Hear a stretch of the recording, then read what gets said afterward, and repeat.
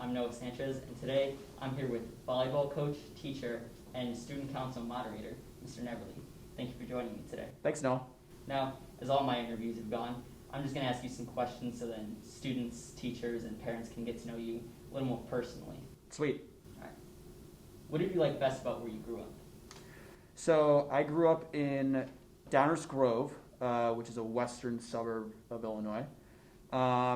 The best thing about it was that it's just very small and family oriented. A lot of people know a lot of other people, so it kind of influences my upbringing of just wanting to be close to everybody here, which is kind of why I wanted to become a teacher as well.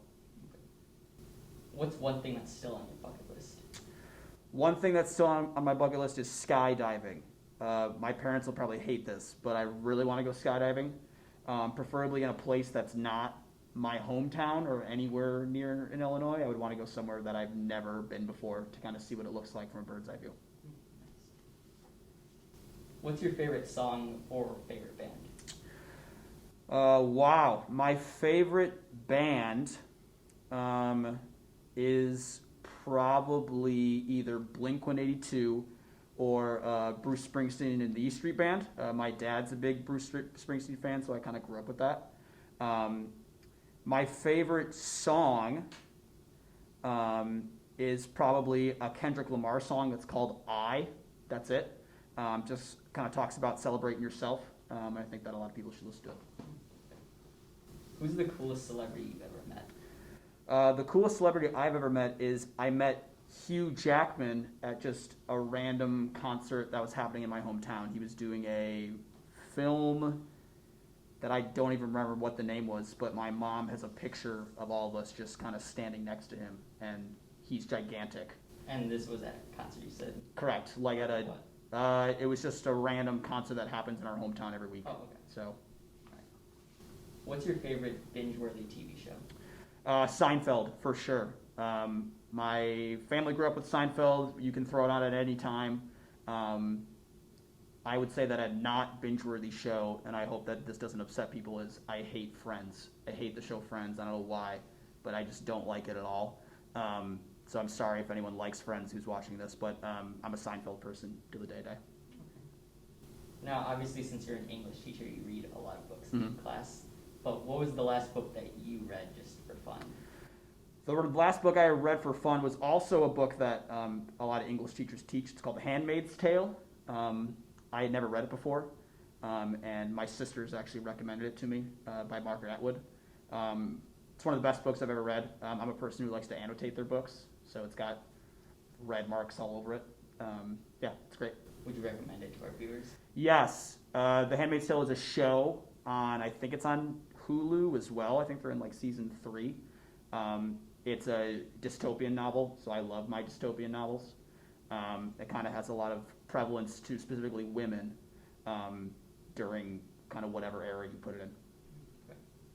What's your favorite vacation spot? My favorite vacation spot, I would say I have two. One is I own a cabin. My family owns a cabin in the Upper Peninsula of Michigan, in this dingy little town called Sidnaw. It's on the Wisconsin side of the Upper Peninsula of Michigan, and my grandparents bought the cabin in the 60s for about $10 an acre, and we're the only cabin that's on the lake, so we kind of have our own private lake to ourselves.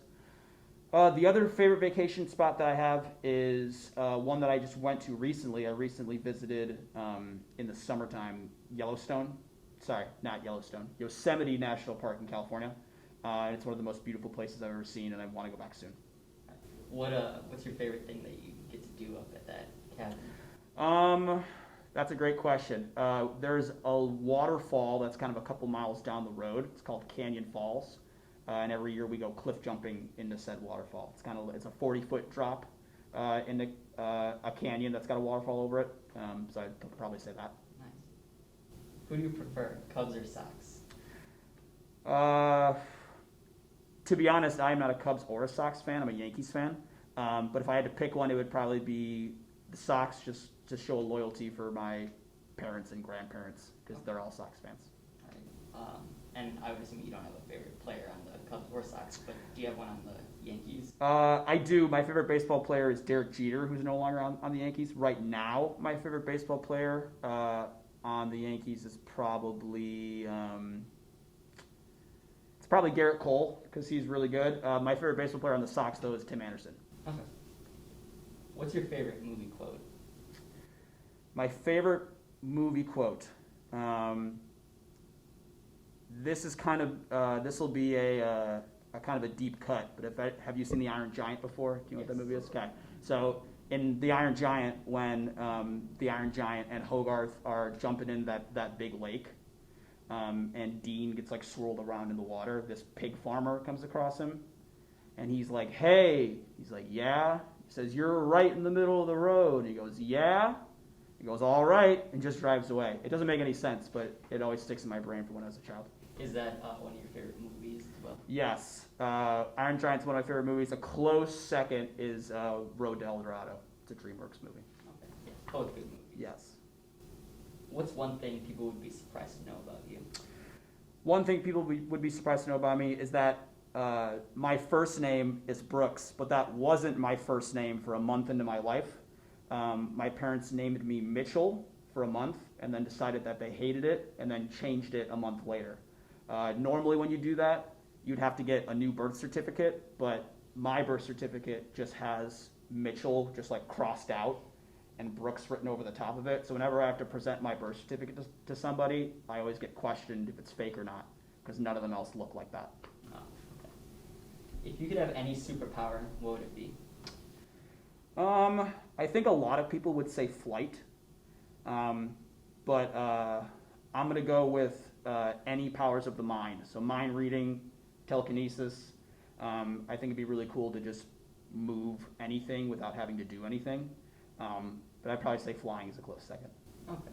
And with mind reading, it would come in handy for, as a teacher, to read your students' minds. If you like ask a question or no one's going to answer, just read their mind and find out who has the correct one. Correct. Yeah. And for any students that don't like me as a teacher, Nick Anderson, I'm looking at you. I could read your mind. I'm into it. That's what I'm into. That's good. What was your favorite or most interesting job before coming to work at Mount Carmel? Great question. So my most interesting job before coming to work here was I worked at this summer camp called Camp Michigania. There I was a high ropes instructor, I was a sailing instructor, and I was an archery instructor. So I taught people how to sail, how to shoot bows and arrows, and how to climb stuff, all in the summers I was there. So I would say not many people get to say that they're all of those three things at the same time. And how many summers did you work there? 6 summers. So from when I was a sophomore in college to right before when I started here. Okay. If you could have a meal with anyone, fictional, dead, alive, or famous, who would it be? Fictional, dead or alive, or famous. Well, I'll do 3. I'll do dead, alive, and then fictional. Dead, I would probably pick my grandma because she's one of the most important people in my life. I knew her until I was an 8th grader, and she died unexpectedly, so I'd like to have one last meal with her. Alive right now, I would probably say Barack Obama, just because he's a great speaker, and I would just like to know more about his life. We always see his life on like a video type of or an impersonal level, and I would like to get him more personally. Fictionally, I would want to have dinner with Ash Ketchum. I want to know more about Pokemon, and I want to know more about why he's so happy all the time, and how he felt when he had to let go of his Butterfree. That's what I would say. That's an odd one, but I can respect that. Thanks, I appreciate it. If you could learn to do anything, what would it be? If I could learn to do anything, it would probably be speaking another language. My Nana, she's Sicilian, so she used to speak Italian. And she tried to teach me a little bit when I was younger, but she didn't have as good of an impact as she should have.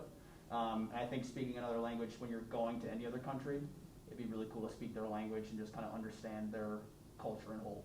So I'd probably say that. Would you just like to learn all types of language or just one specific? I would really like to learn Japanese. Either Japanese or Chinese would be really cool. I don't have any connections to those two languages, but I think that those would be really cool. Yeah. What advice or tips do you have for working at Mount Carmel? Advice or tips that I have would be to just be open and empathetic to everyone who comes here. Everyone who comes here is from different backgrounds and races, ethnicities, and circumstances that come here. And I think just listening to people's stories, that being students and faculty as well, just gets you a greater insight into just humans in general. And I think that, and I always say this at the end of the year when I say goodbye to my juniors and my sophomores, that they teach me ultimately more than I will ever teach them about English or anything.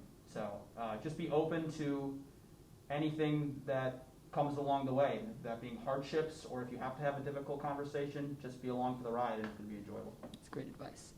And finally, last question, and my personal favorite.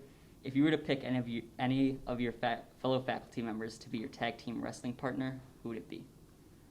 So I have a lot of good candidates for this.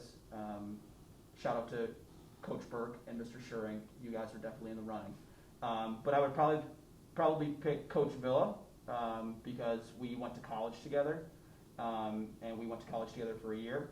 And in this year, our volleyball coach gave us this name for liberos on our team.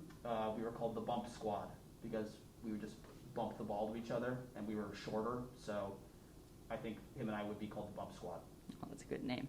Well, thank you for joining me today. Thank you so much. I appreciate it.